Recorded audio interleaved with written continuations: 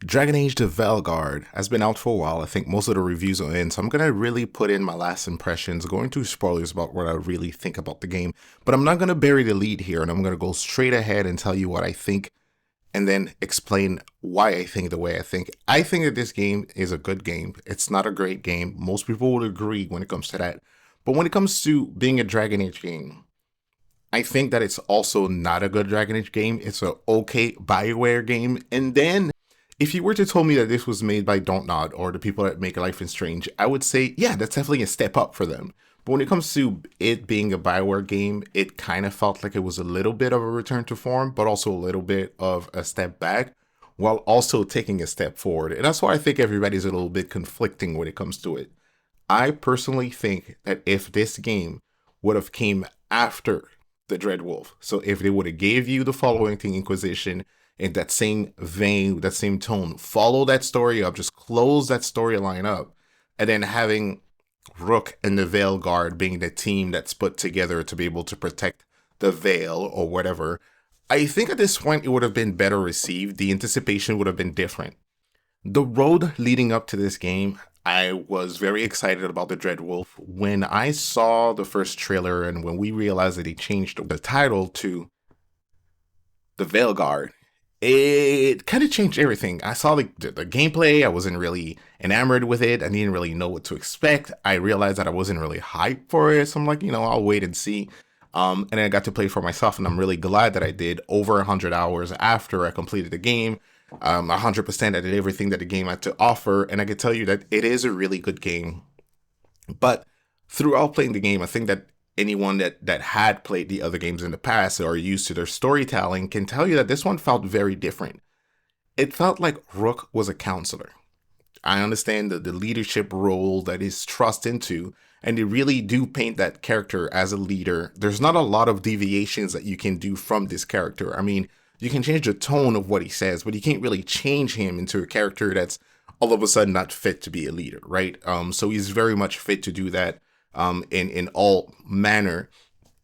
But then when you see how it wasn't really elegant the way that they approach certain things. So I'll give you an example, right? We all know Mass Effect 2, you get a suicide mission at the end, and they kind of tell you very subtly, hey, if your ship is not ready, if your team is not ready, there could be consequences. Do you still want to go ahead and do it? It's a suicide mission, right? When you do the companion quests in these games, they're very loose about, hey, do you want to do this to help your character? This will, might give you some benefits. It'll be able to help the character have a clear head going into the suicide mission, but it wasn't really overt. In this one, it's very overt. It's very much, hey, everybody's preoccupied, and we should really take care of everybody, what everybody's preoccupied by, and make sure that they have a clear head for what's coming ahead. And hey, you should really go talk to everyone. And when you go talk to everyone, it's really sure like that everything is okay with them. Hey, is it okay with your parents? Do you need a little bit of help with that? You need help with your girlfriend? Are you cool? Whereas before we had things that were like more like, hey, I've been tracking this guy down for 5 years. He killed millions of people. I now have the chance to get him. It's a now or never kind of thing. I know we are on a very important mission, but I need to take care of this. You need to have my back. Right? That was like the Mass Effect way of doing things. But the Dragon Age way of doing things has very much been in the BioWare vein, whereas you made actions and you see your reactions almost right away. The characters all talk about it. You all have something that they can interject when it comes to what they think about your actions and what they think about other people in that crew, right? Not everybody got along.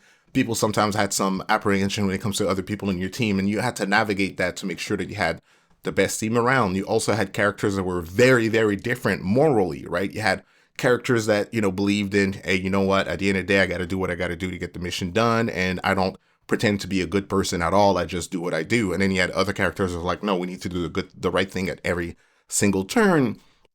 I miss that. I really did miss that reactivity. I felt like, a lot of the choices, some choices, yeah, had repercussion, but it did felt like it was very light in that sense. Now, that being said, I really feel like there's some steps that they took that were so interesting and I really like. I did not expect a lot of the story to actually be an examining of what the Dragon Age lore has been so far, right? Who are the Eveners? Where did why is this like that? What are those elves the way that they are? Why are the Grey Wardens the way that they are? Why is this like a lot of explanation about what the world is, and I think that's also made so that they can be able to do a soft reboot, right? Re-explain certain things, recontextualize certain things. We seen one of the Dragon Age Inquisition when you go into the Deep Roads, that whole thing. Not my favorite DLC, by the way, but there was that connection about the Titans, and I like to see that this was explored even more. I like when they go back and explain the creation of the Veil and why and really who Solus was and how he was fighting, and be able to go back in these memories and be able to go back into his regrets. That was well handled. I really like that.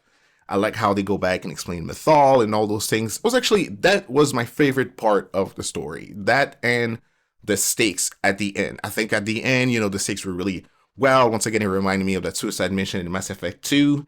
The only thing that bothered me with that is that I feel like Mass Effect 2 did it so much better, where it really felt like it mattered who you picked, right? If you didn't pick Garrus for the second team, if you didn't pick Miranda for the second team, did you really had a leader? Who was your real, your best person when it comes to using the powers and protecting people? Like, I felt like those choices really felt like they just felt like more iconic, they had more weight to it, more gravitas to it. And when it comes to the character companions, what can I say? Some were a standout from the others. My homeboy Davrin, Emmerich had a interesting story. Bellara was the one that surprised me the most, because I thought she was going to be like just a comic relief the whole time. And although she's kind of quippy by nature, just because she's kind of like an awkward person, but her storyline was, very much more intimate than I expected it to be. And then the biggest regret was Tash. I thought Tash was going to be like that badass character that, that we get more of a view when it comes to what is the Qun and what the Quinaris and how they think. We got that. But what we also got was a teenager on board. And I didn't understand why we had like a young... They don't say her age, but I'm expecting that if you're still dealing with mama issues and figuring out who you are, not that there's anything wrong with that, but we're trying to save the world here. Like, it just feels like, why are we stopping for this? And now I understood the outrage of certain people. It didn't like, it's not that intrusive, because it's not like it's part of the main story. I kind of just felt dumb that I went and talked to her, and I started that conversation, and I'm like, I don't want to be there for that. Like, I don't want to be at a dinner and then it's super awkward and we're kind of fighting and I'm in the middle of that. It's like, oh, don't invite me at your Thanksgiving dinner. No, thank you. Those moments were the moments where I recoiled. I'm like, why are you doing this? Why are you? Especially because it's not elegant. You're bringing a term in a world that seemed like it never really existed before, and now you're trying to be like, no, it was always there. We had people like that before, and I'm not going to go in details. But once again, it's just a little bit of a missed opportunity to treat it like they've done other things. There was a lot of ramification to your actions when it comes to shaping, the South of Thetis, I guess.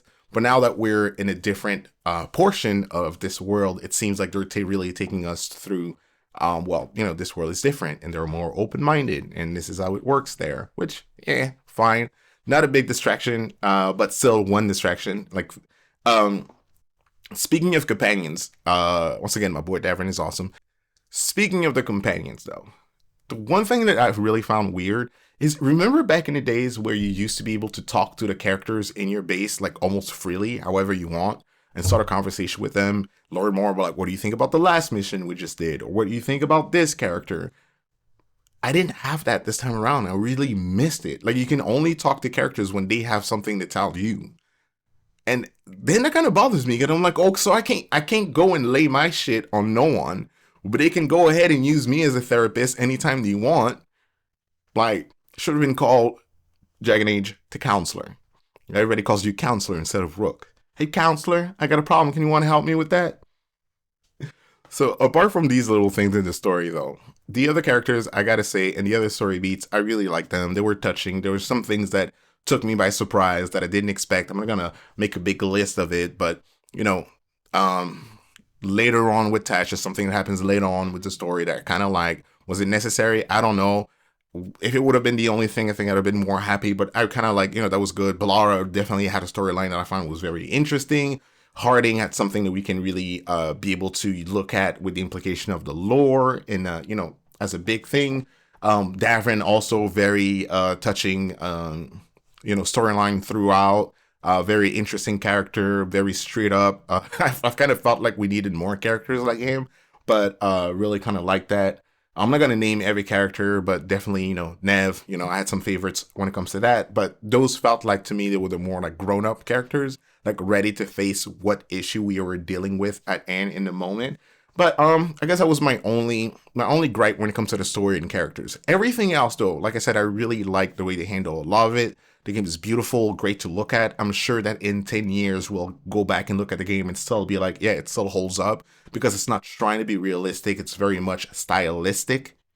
The gameplay is also interesting to a point where, I mean, you bump up the difficulty and you really find that sweet spot where it's interesting and you're able to play around with different powers. I reset it my abilities a couple of times to try different trees and really like that. I played as a I played as a mage primarily, and I really like the fact that you can switch between two different kind of weapon style or different kind of like type of combat, long range, short, medium range kind of thing, which kept the combat very interesting. And also replay value is there because I do want to go back and play as another class just to see how the gameplay really is, because I'm pretty sure it's going to feel very different. So that's interesting. Let's see how the story holds up on the second playthrough. That's going to be also interesting at that point. So on and all, I think it's really a good game. I just don't think that it's a good follow-up to Dragon Age Inquisition. I'm not even going to say, oh, it's not a good Dragon Age game. I think that if Dreadwolf would have came out 5 years ago, and then 5 years later, Veilguard comes out, I would have been very happy with what we got. So sometimes it's just a question of anticipation, a question of expectations. I think our expectations were really different from what we ended up getting, and I think that's why a lot of people had apprehension.